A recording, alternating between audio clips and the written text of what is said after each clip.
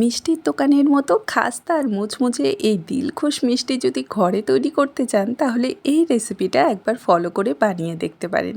আমি গ্যারান্টি দিয়ে বলছি প্রথমবারই একদম পারফেক্ট মিষ্টি তৈরি হয়ে যাবে। এই মিষ্টিটা ঘরে তৈরি করতে গেলে ভেতরের এই পারফেক্ট কালারটা আসে না, জালিটাও ঠিক করে তৈরি হয় না, এমনকি এতটাই শক্ত হয়ে যায় অনেক সময় যে ভাঙাও মুশকিল হয়ে যায়। কিন্তু আজকে আপনাদের সাথে ছোট ছোট প্রতিটা ডিটেলস শেয়ার করব যাতে করে আপনাদের তৈরি করা এই দিলখুশ মিষ্টি একদম পারফেক্ট হয়। তো খুব সহজ একটা রেসিপি, আশা করছি আপনাদের ভালো লাগবে। তো হ্যালো এভরিওয়ান, কেমন আছেন আপনারা সবাই? আশা করি আপনারা সবাই ভালো আছেন and welcome to my channel. চলুন তাহলে শুরু করি আজকের রেসিপি। তো এই দিলখুশ মিষ্টি বানানোর জন্য এখানেই আমি একটা কড়াই বসিয়ে দিয়েছি আর এর মধ্যে দিয়ে দিচ্ছি মেজারিং কাপে মেপে 1 কাপ বেসন।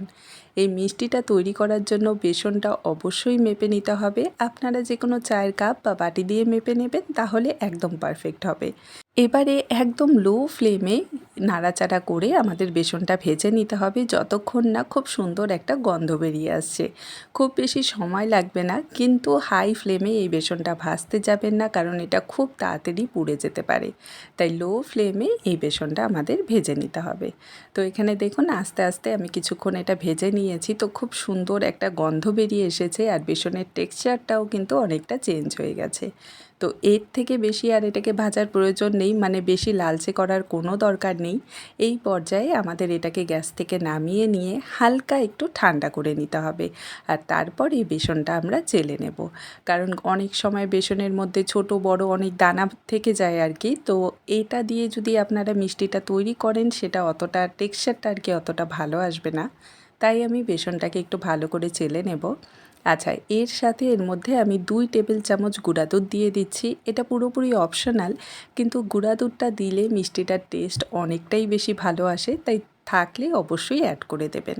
তো এখন বেসনটা আমি ভালো করে চেলে নিচ্ছি। আর এই মিষ্টিটা কিন্তু কলকাতায় খুবই জনপ্রিয়।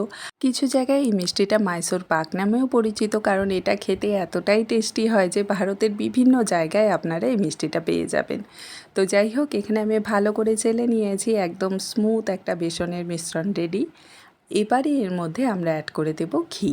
তো যে কাপে মেপে আমি বেসন নিয়েছিলাম সেই কাপে মেপেই এখানে 1 কাপ গলানো ঘি নিয়েছি।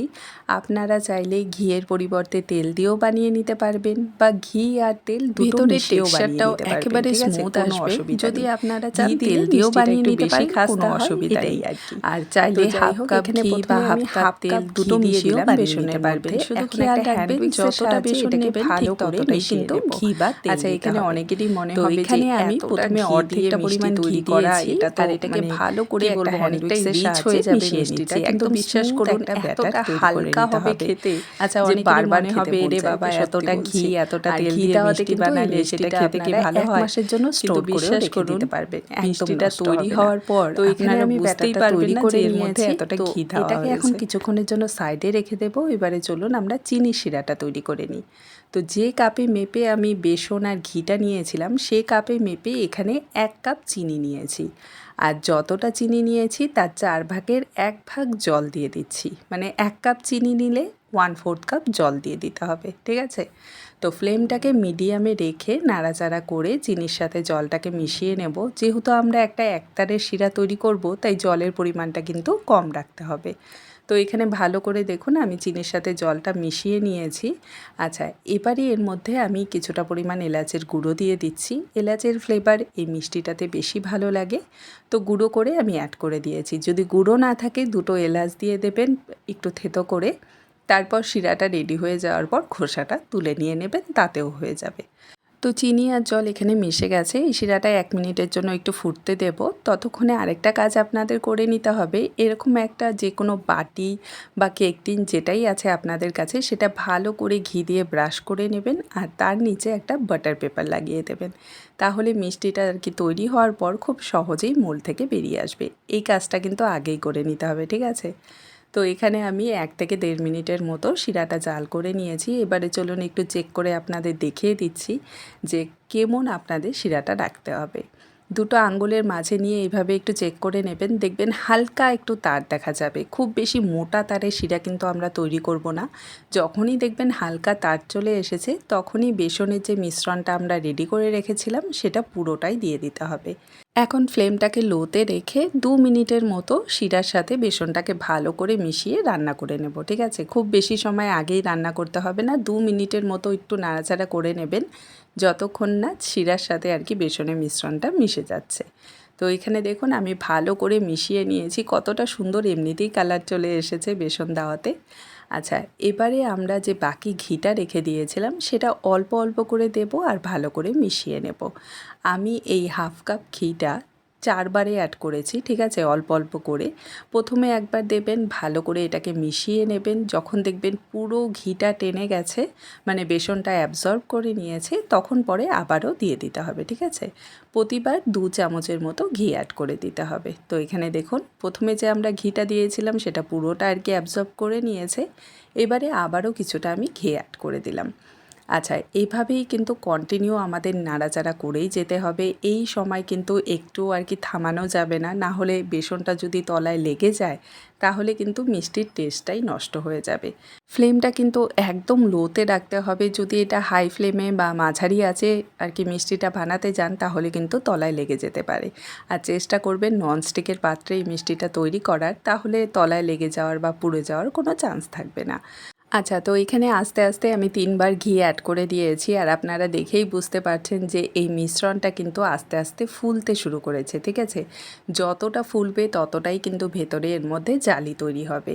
তো এখানে আমি বাকি যতটা ঘি ছিল সেটা পুরোটাই দিয়ে দিলাম আর এই সময় ফ্লেমটা আমাদের বাড়িয়ে দিতে হবে। শেষের দিকে ফ্লেমটাকে একটু বাড়িয়ে দেবেন, তাহলে দেখবেন আস্তে আস্তে এর মধ্যে অসংখ্য জালি তৈরি হতে শুরু করবে। আর কন্টিনিউ কিন্তু নাড়াচাড়া করতেই থাকতে হবে, একদমই থামানো যাবে না। খুব বেশি উপকরণেরও কিন্তু দরকার পড়ে না, শুধু একটু খাটনিটাই করতে হয়। আর তারপর দেখবেন এতটা সুন্দর একটা মিষ্টি তৈরি হবে যে বারবার বানাতে মন চাইবে। তো এখানে দেখুন আস্তে আস্তে কিন্তু ভালো করে এর মধ্যে জালি তৈরি হয়ে যাচ্ছে আর ফ্লেম কিন্তু এখনও হাইতেই আছে, মানে এই সময় হাই ফ্লেমেই আমাদের কাজটা করতে হবে। আর যখন দেখবেন যে মিষ্টির আর কি মিশ্রণটা পুরোপুরি প্যানটা ছেড়ে এসেছে, অসংখ্য জালি তৈরি হয়ে গেছে, সাথে সাথে এটা আমাদের নামিয়ে নিতে হবে। যে পাত্রে আপনারা মিষ্টিটা সেট করতে চান তার জন্যই বলেছিলাম যে সেটা অবশ্যই আগে রেডি করে রাখবেন, কারণ গরম গরম মিশ্রণটা যখন আপনারা মোল্ডে ট্রান্সফার করবেন তাতে কিন্তু ভেতরে খুব সুন্দর একটা কালার চলে আসে, ঠিক আছে? ঠান্ডা হয়ে গেলে কিন্তু সেই কালারটা পাওয়া যাবে না। তো যাই হোক, এবারে এই বোলটাকে আমি 10 থেকে 15 মিনিটের মতো রেখে দেবো যাতে হালকা একটু ঠান্ডা হয়ে যায়। পুরোপুরি কিন্তু ঠান্ডা করা যাবে না, তার আগেই কিন্তু আমাদের মিষ্টিটা কেটে নিতে হবে। কারণ অনেক সময় কি হয়, অনেকে একেবারে ঠান্ডা করে নেয় তারপর মিষ্টিটা কাটতে যায়, তখন কিন্তু এটা কাটা যায় না, একদম এবড়ো খেবড়ো টুকরো আর কি রেডি হয়। তো পারফেক্ট শেপের যদি আপনারা মিষ্টিটা তৈরি করতে চান তখন হালকা গরম থাকা অবস্থায় কিন্তু মিষ্টিটা কেটে নিতে হবে। আমি এখানে হালকা গরম থাকতেই কেটে নিচ্ছি, কিন্তু তাও দেখুন আস্তে আস্তে কিন্তু এটা অনেকটাই সেট হয়ে গেছে।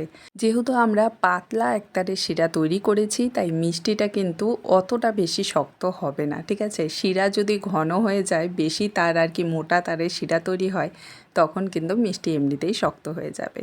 তো এখানে কাট করে নিয়েছি, এবারে এই মিষ্টিটা পুরোপুরি ঠান্ডা করে নেব, তারপর এটাকে মোল্ড থেকে বের করে নেব। ঠান্ডা হয়ে গেলে খুব সহজেই এটা বেরিয়ে আসবে, এই যে দেখুন। মোল্ড থেকে বের করার পর কিন্তু মিষ্টিটাকে আর কাটার প্রয়োজন নেই, জাস্ট হাত দিয়ে একটু প্রেস করবেন, দেখবেন খুব সহজেই এটা ভেঙে আসবে। এই যে দেখুন ভেতরে একদম পারফেক্ট কালার এসেছে, পুরো জালিদার হয়েছে আর এই মিষ্টিটা সত্যি বলছি মুখে দিলে একেবারে মিলিয়ে যাবে, এতটা সফট হবে। তো খুব সহজভাবে আজকের এই রেসিপিটা আপনাদের সাথে শেয়ার করলাম, আশা করছি ভালো লাগবে। আর যদি ভালো লাগে আমাকে কমেন্টে জানাতে কিন্তু একদমই ভুলবেন না। দেখা হবে আপনাদের সাথে আরেকটি নতুন সহজ আর মজাদার রেসিপি নিয়ে। ভালো থাকবেন, সুস্থ থাকবেন, বাই বাই।